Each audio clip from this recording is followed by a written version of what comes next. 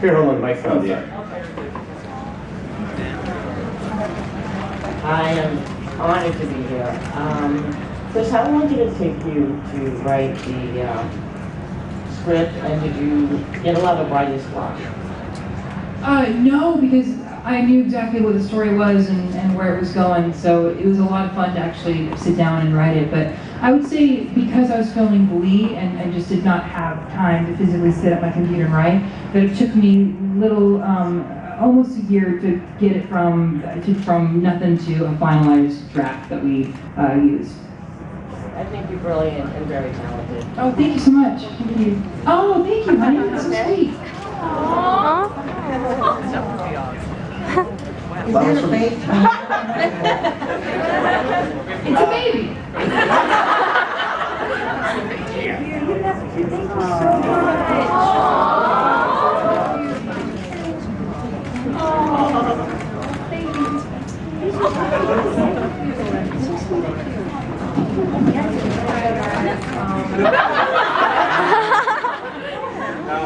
Hi everybody. I saw the film last night and incredible to every single one of you. My question is for Chris. Chris, we see you as Kurt continuously on Glee, and we know you have a book coming out. However, this is the first time that we get to see Chris. So is there anything in the movie that reflects your life? Like for instance, the fact that your grandmother has Alzheimer's, or any of the dreams that you might have had that you reflected in Carson? Like, is there anything that this movie contains a bit of you in? Yeah, absolutely.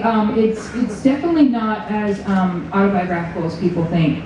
I think the really only things that were really part of my life that I included in the script were the fact that I was president of the Writers Club, and I had a sidekick / best friend just like Mallory.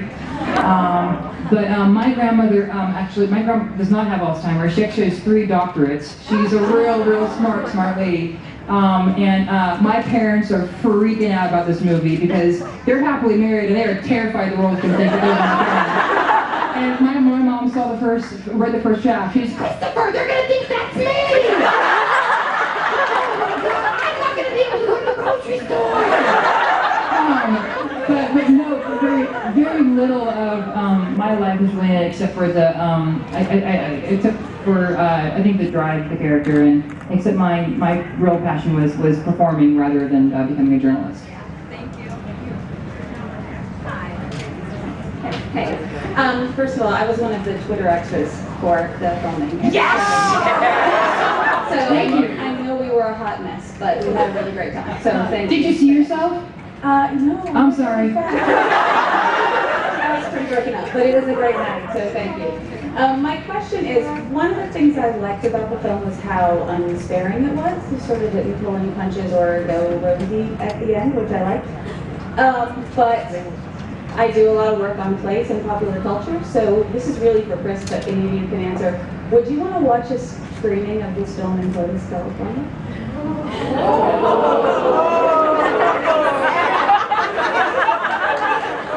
Yes. I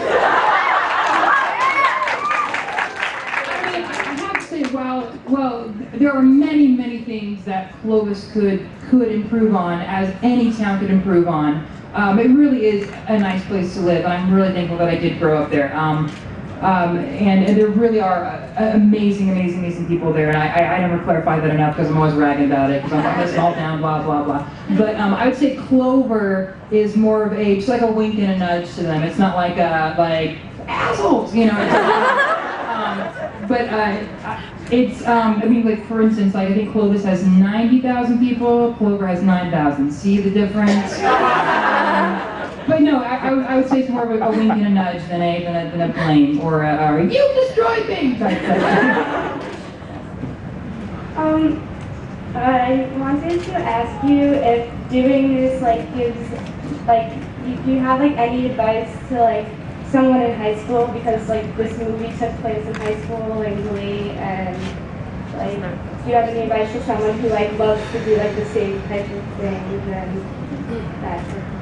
Yeah, of course. I mean, I don't want to sound after school special-esque, but just as long as you keep trying and you don't give up and you really, I don't mean to sound cheesy here, but if you really have to believe in yourself, because at the end of the day, it doesn't matter how many people are going to support you, you really are kind of all you have to keep yourself motivated. So as long as you keep going at it and you don't give up, then I think anything's possible. And that's when the violin starts playing. Sure, of course. Maybe you can hand it to somebody so you don't trip on anything. No, I'm sorry. Thank you so much. Thank you.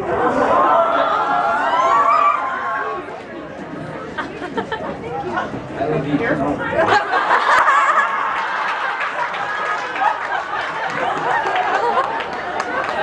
Wait for the movie to come out, then you'll be in Kids Bop.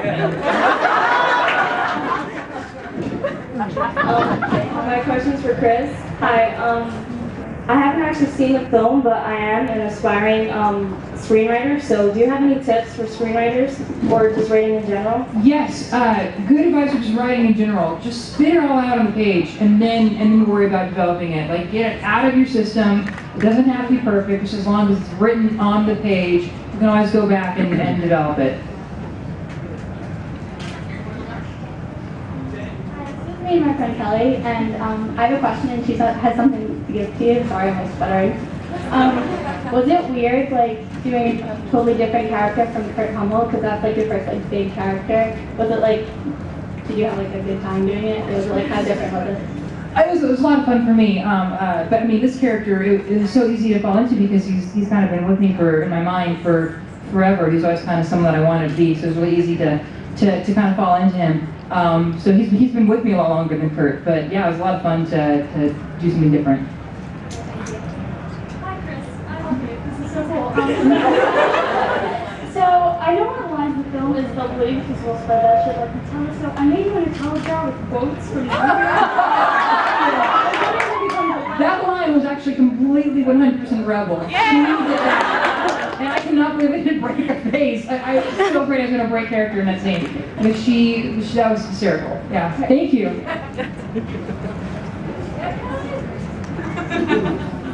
So this question is for Chris and for Brian, but anybody can answer it. As a writer and maybe more generally as a storyteller, what would you identify as your biggest influences or inspirations for the development of your own style?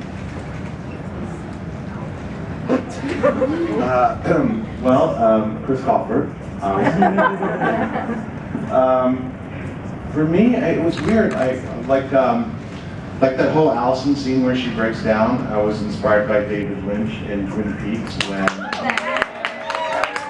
there's a scene where Grace Zabriskie finds out that her daughter's dead, and the thing I noticed is like David didn't cut.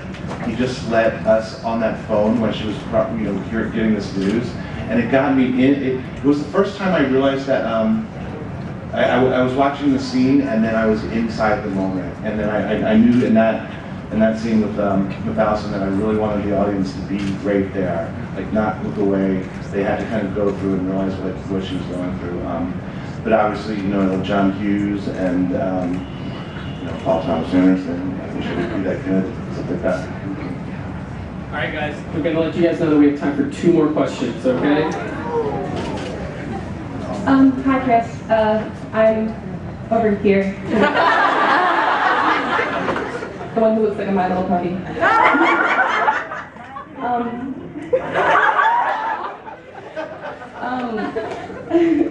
So I wanted to ask you that, you've written a screenplay now, you're writing a book.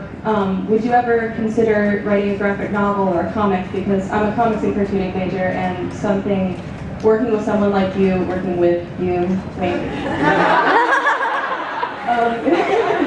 would be an incredible honor, and I was just wondering if you'd ever given it any thought. Oh, I really haven't actually, no. Can the main character look like me? Can you give him abs?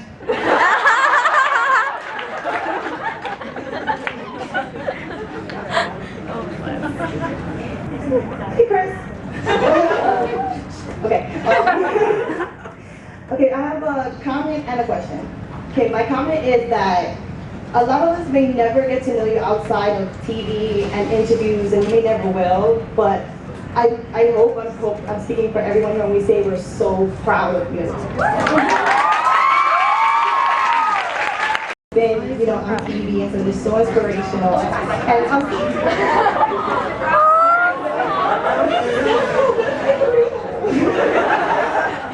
okay, so now I'm gonna get to the question for you before this turns crazy. Okay, so my question is, did you mean for your movie to be so, like, such an emotional roller coaster? Because I normally don't cry in movies, and I was like overly bawling.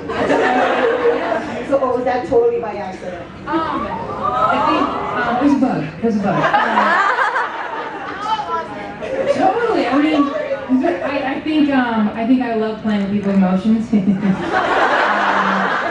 But absolutely, I mean, I think I really was inspired to write the movie because of you guys, because I've been on the road with Lee for a while, and I keep hearing the stories from people saying they have all these aspirations and they just have no belief in themselves and no drive behind themselves to pursue it fully. And it breaks my heart, and I really just wanted to show the story of a kid who had no support system whatsoever, and was able to, well, he didn't accomplish what he wanted, but he found bliss trying to. Well, luckily for me, I had great parents and great teachers that supported me along the way, but I just wanted to tell a story that inspired you guys.